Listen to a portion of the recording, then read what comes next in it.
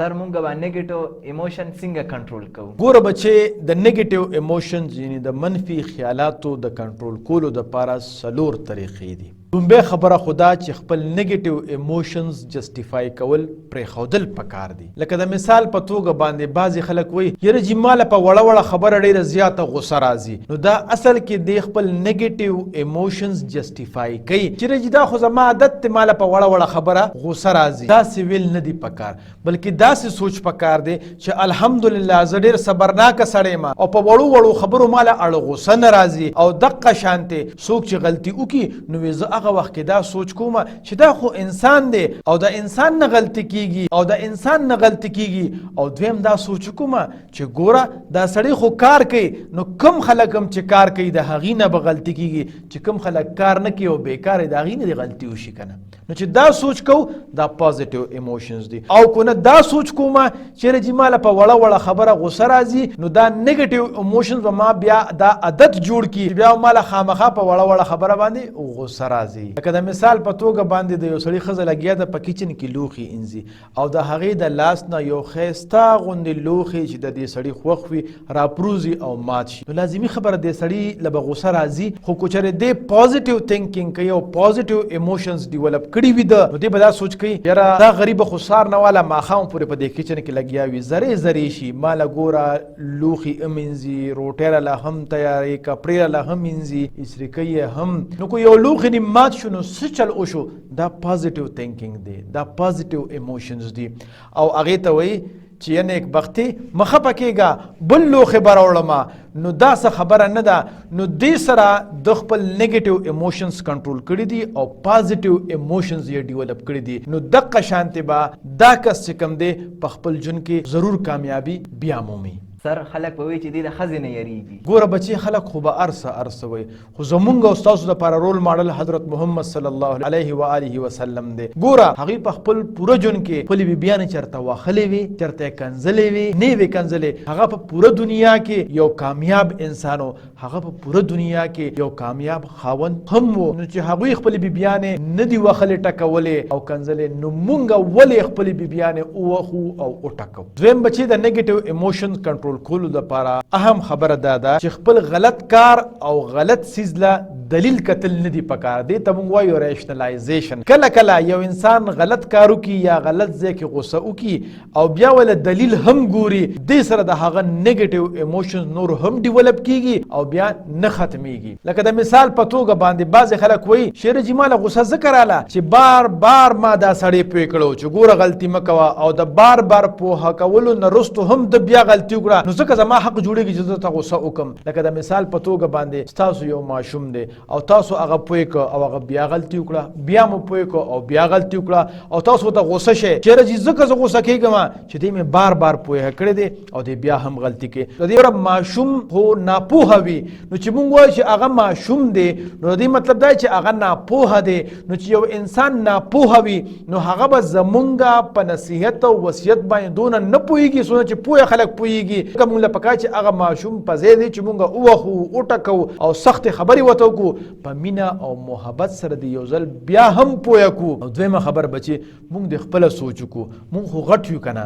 زمونږ نه هم غلطي کېږي. نو چې مونږ نه غلطي وشي او مونږ ته څوک په ګوته کړي امونږ باندې څنګه لګي، نو که په مینه او محبت سره یې را په ګوته کړي نو مونږ باندې ښه لګي. خو که په سختۍ سره راته ووایي نو مونږ ته معلومه وي چې دا غلطي زمونږ ده، خو بیا هم مونږ باندې بد لګي. نو ماشومان خو په دې نه پوهېږي چې دا غلطي د هغې وي ده، هغې خو وایي دا بابا مونږ هسې تنګوي، مونږ لوبو ته نه پرېږدي. نو هغې خو په دې خبره نه پوهېږي چې هغې غلط کار کوي لګیا دی. خو په کار دا ده چې په ځای د وهلو ټکولو او د غوسې په مینه او محبت سره مونږ هغوی پوهه کوو. نو دې سره به هم زمونږ نیگیټیو ایموشنز ریشنلایز کیږي نه، بلکې مونږ به خپل نیگیټیو ایموشنز په پازیټیو ایموشنز کې کنورټ کوو. د دې یو بله وجه هم ده بچې، کله کله مونږ ماشوم ته ځکه غوسه شو چې یاره دې ولې زما په خبره نه پوهېږي، زما په شانتې پکار چې دې پوه شي. یعنې مونږ د خپل ځان په شانتې ماشوم ټریټ کوو او مونږ دا سوچ نه کوو چې زمونږ په عمر کې او د دې ماشوم په عمر کې خو 20 او 30 کاله فرق دی. نو چې 20 او 30 کاله د زمونږ نه تجربه کمه ده، د زمونږ نه عمر کم دی، د زمونږ نه پوهه کمه ده، نو څنګه به زمونږ زمونږ او د لیول برابر شي. نو پکار دا ده چې مونږ ځان د هغه لیول ته ورکوز کو او هغه په هغه لیول باندې پوي کو کم لیول باندې ماشوم په ښه طریقې سره خبره اخلي او پوهیږي. نو اله به مونږ ماشوم په صحیح طریقې سره هینډل کړی شو. او کو نه مونږ د غټو په شانتي ټریټ کو او د غټو په شانتي هینډل کو نو بیا به هغه ماشوم ته زمون خبره غلط ښکاری او ټیک بنخ کاری. او بچي د نیگیټیو ایموشن د کنټرول کولو دریمه طریقه دا ده چې تاسو دا سوچ پرې دی خلک بسوي. کله چې مونږ دا سوچ کو چې خلک بسوي نو زمون جون بلند او تنگ وي او مونږ په بیچینه او په بی اطمینانه کې جون تیرو. او کله چې مونږ د خپل ذهن نه دا خبره وسته چې خلک دې ارسوي زماړو پروا نشته دي زه به خپل کار په صحیح طریقې سره کوم نو زمون جون کې به اطمینان راشي او ضرور به ان شاء الله العظیم زمون جون کې کامیابی راځي. اسرار تل سے وی د زندګۍ سره رشته بدلوم وخت استاهره فیصله بدلوم اول بخپل رویه بدلوم نو بیا برستو زمانه بدلوم که ته ځان نه بدلوي م بدلوه زه خپله برخه پیمانه بدلوم. نو مونږ به اول خپل ځان بدلو خلکو پروا به اړم نه کوو خلک به ان شاء الله العظیم په خپله بدلیږي. کله هم چې تاسو کامیاب شئ همدغه خلک کم چې نن تاسو پسې خبرې کوي سبا تاسو ته سلامونه کوي او چې کله ناکامه شئ نو بیا همدغه خلک به پسې خاندي. نو د هغې نه ښه خبره دا ده چې مونږ د خلکو پروا کوو نو ولې نه چې په خپل ځان باندې فوکس کو او خپل ځان ډیولپ کو ان شاء الله العظیم مونږ به خامخا خدای پاک کامیابوي. نو خلک به څه وي د دې یو اسان مثال تاسو ته زه در کوم لکه د مثال په توګه باندې تاسو والد صاحب دی هغه آمدن کم دی او تاسو یو ملګری ده هغه د والد صاحب آمدن سیوا دی هغه چې کله کلاس ته راځي نو هم ماشاءالله ډېر ښایسته ښایسته کپړې اچوي او ګران موبایل ورسره وي او ګړی وي ورسره او تاسو په ذهن کې ووایئ یاره جي ماله خو پلار ګران موبایل او ګړی او ښې جامې راله نه اخلي نو دا نیګیټیو ایموشنز دي. که چېرې تاسو پازیټیو ایموشنز ډیولپ کړئ داسې ووایئ یاره جي زما پلار خو په غریبۍ کې ما باندې سبق وایي زموږ د کور کرۍ برداشت کړي که د دوی دارو درملو پیسې برداشت کړي که زموږ د خېټې دپاره سیرو اوړو ګټي که زما نور خواهشات برابر کړي نو دا پازیټیو ایموشنز دي. نو تاسو به خپل پلار سره مینه او محبت پیدا شي او تاسو کې به سیلف کانفیډنس هم زیات وي او دغه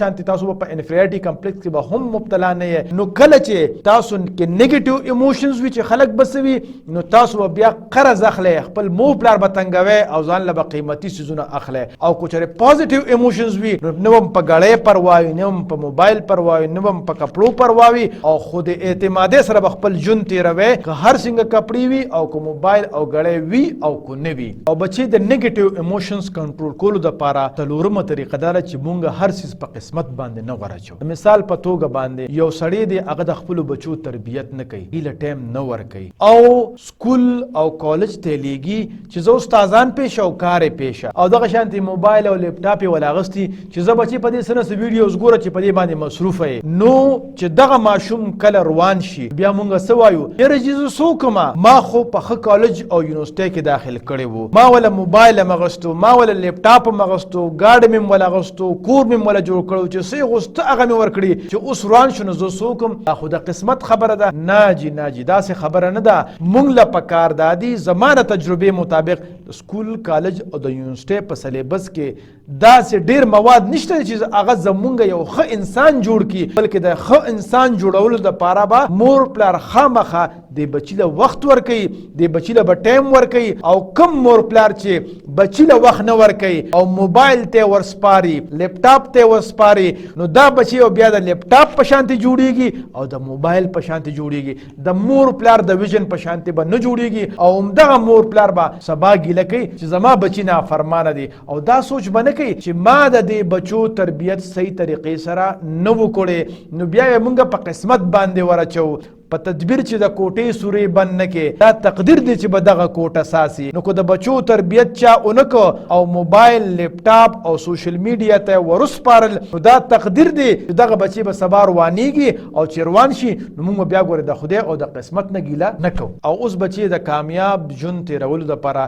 دریم چې کوم سټپ دی هغه ځان له ګول سیټ کول دي یعنې ویژن جوړول دي. د مثال په توګه باندې الله رب العزت تاسو له صلاحیت درکړی چې تاسو کتاب ولولئ جوړولې. نو تاسو کو ځان له انټلیکچوال ډیولپمنٹ پلان جوړوي نو اب س په داسې رنګ جوړوي چیرې جی زب پر روانو 25 کالو کې 200 کتابونه ویم. اوس دغه 200 کتابونه به څنګه ویم دا په وړو وړو حصو کې تقسیم کو د وخت په اعتبار سره او د کتابونو په اعتبار سره. لکه د مثال په توګه باندې په یو کال کې به جزء 8 کتابونه ویم او دغه شانته په یو میاشت کې به 253 صفحې ویم او دغه شانته په یو هفته کې به 52.5 صفحې ویم او دغه شانته روزانه به 2.5 صفحې ویم. نو کم انسان چې 25 کالو کې 200 کتابونه ختمول غواړي نو اغله پکار دی چې روزانه صرف نیمه غنټه وباسي او 2.5 صفحې روزانه وای نو ان شاء الله العظیم په پوره کال کې بده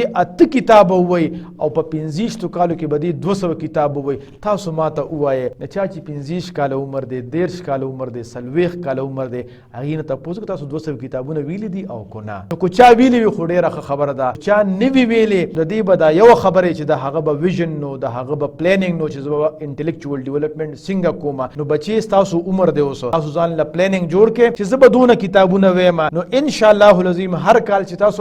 اته کتاب وایي نو تاسو له به الله پاک دونه په هدر کې چې تاسو به خپل ځان له ویژن په اسانه سره سیټ کول شي او د قشانته د سره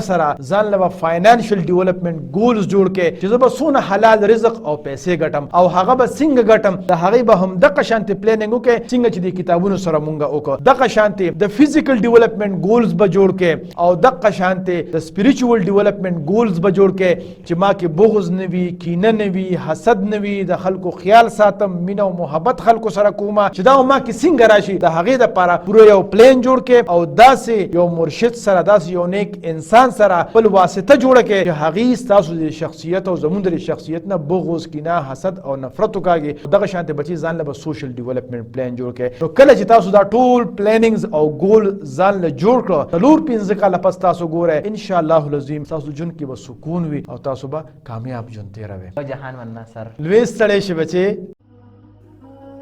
د خدای د پاره پښتنو سانونو پیژنئ ستاسو د پاره خو بزان له پیغمبر نه راځي